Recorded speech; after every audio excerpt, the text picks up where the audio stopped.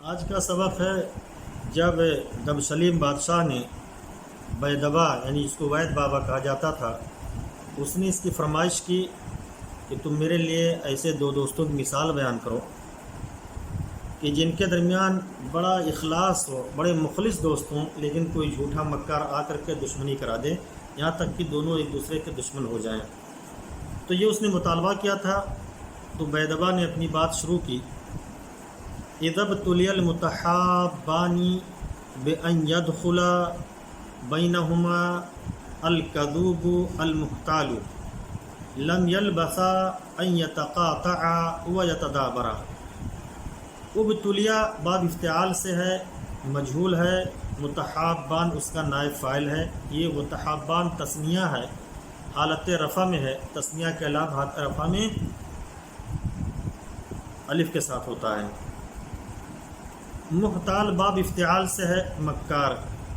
لم یلبثا یہ تثنیہ کا صیغہ ہے، لم کی وجہ سے نون اعرابی ساقط ہے، باب سمیہ ہے۔ یتقاطع یہ حالت نصب میں ہے کیونکہ اس سے پہلے ان داخل ہے۔ ان جب فعل مضارع پر داخل ہوتا ہے تو نون اعرابی گرا دیتا ہے۔ یہ حالت تثنیہ میں ہے، حالت نصب میں ہے، تثنیہ کا صیغہ ہے، ایک دوسرے سے قطع تعلق کر لینا۔ یتدابرا اسی پر عطف ہے، یہ بھی تثنیہ کا صیغہ ہے، آخر سے نون اعرابی ساقط ہے۔ کہتا ہے جب دو دوست آزمائے جائیں اس طرح کی ان کے درمیان جھوٹا مکار داخل ہو جائے، وہ دونوں نہیں ٹھہرتے ہیں یہ کہ آپس میں قطع تعلق کر لیتے ہیں، وہ یتدابرا اور ایک دوسرے سے پیٹ پھیر لیتے ہیں، دشمنی کر لیتے ہیں۔ وہ ادھر پیٹ پھیر کے چلا جاتا ہے، وہ ادھر پیٹ پھیر کے چلا جاتا ہے۔ یعنی جب مکار دو دوستوں کے درمیان آ جاتا ہے تو وہ مکار لوگوں کے درمیان دشمنی پیدا کر دیتا ہے۔ یہ اس نے تمہید باندھی ہے، اور اس کے بعد پھر وہ مثال پیش کرے گا، جیسے کہ اس کتاب میں، پوری کتاب میں آپ دیکھیں گے کہ اس طرح کی مثالیں پیش کی جاتی ہیں اور اس سے بات سمجھائی جاتی ہے۔ کہتا ہے وَمِنْ أَمْثَالِ ذَلِكَ أَنَّهُ كَانَ بِأَرْضِ تَسْدَاوَنْدَ رَجُلٌ شَيْخٌ وَكَانَ لَهُ ثَلَاثَةُ بَنِينَ۔ یہ دستاوند کا کلمہ یہ غیر منصرف ہے، ایک تو علم ہے اور دوسرا عجمی کلمہ۔ رجل شیخ یہ کانا کا اسم ہے، شیخ کی جمع شیوخ آتی ہے، معنی بزرگ، بڈھا، یہاں بڈھا کے معنی میں ہے۔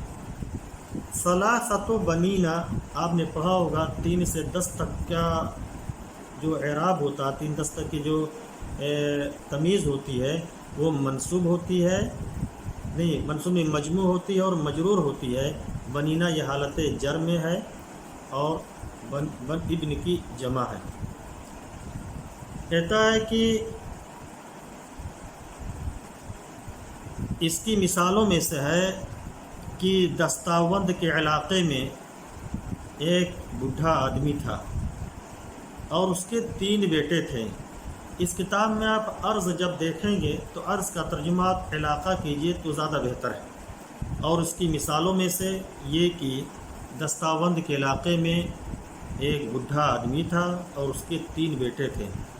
فلما بلغوا اشدہم، اشد کا جو کلمہ ہے یہ کہا جاتا ہے کہ جمع جس کا واحد نہیں ہے، اور یا پھر واحد ہے جمع کے وزن پر، معنی پختگی، جوانی۔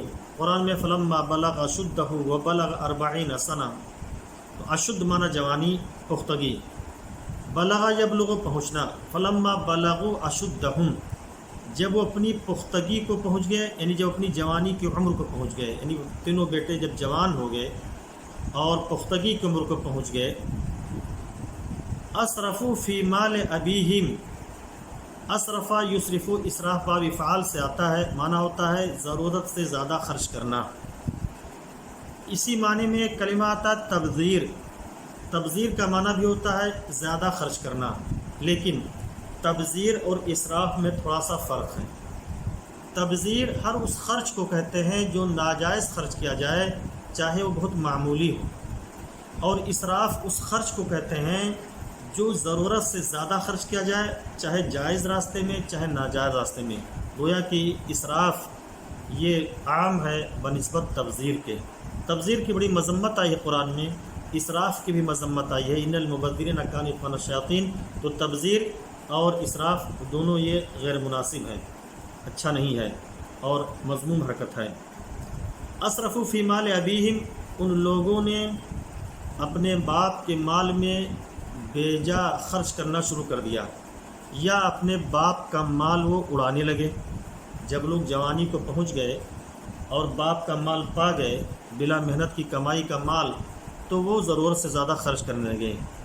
وَلَمْ يَكُونُوا احْتَرَفُوا حِرْفَةً، احترف یحترف احتراف باب افتعال سے پیشہ اختیار کرنا، حرفتن یہ واحد ہے، جمع حرف آتی ہے پیشہ۔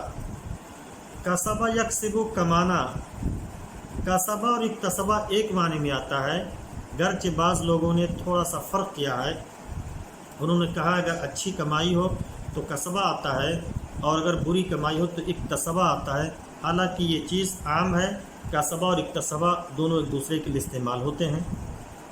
خیر معنی ہوتا ہے بھلائی اچھائی، لیکن خیر مال کے معنی بھی آتا ہے اور یہاں مال ہی کا معنی ہے۔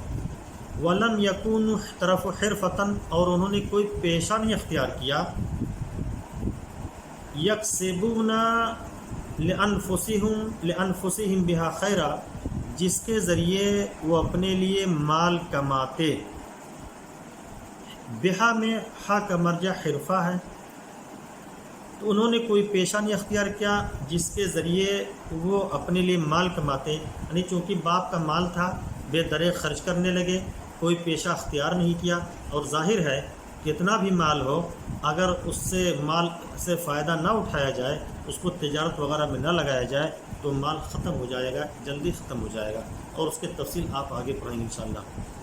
فَلَامَهُمْ أَبُوهُمْ، لَامَ یلوم، ملامت کرنا، فا تو لامہم انہیں ملامت کیا، ابوہم ان کے باپ نے، وَوَعَظَهُمْ، وَعَظَ یعظ وعظًا وعظةً، باب آتا ہے ضربہ، وَوَعَظَهُمْ، اور اس نے یعنی باپ نے انہیں یعنی بیٹوں کو نصیحت کی، علی سوء فعلہم، ان کے برے کام پر، یعنی باپ نے بیٹوں کو جمع کیا، بیٹوں کو پہلے ملامت کی، انہیں برا بھلا کہا، اور اس کے بعد پھر انہیں نصیحت کی کہ یہ جو برا کام تم لوگ کر رہے ہو، نہیں ضرورت سے زیادہ خرچ کر رہے ہو، اور اس کے ساتھ ساتھ تم کوئی پیشہ بھی نہیں اختیار کر رہے ہو، یہ تمہارے لیے نقصان دہ ثابت ہوگا۔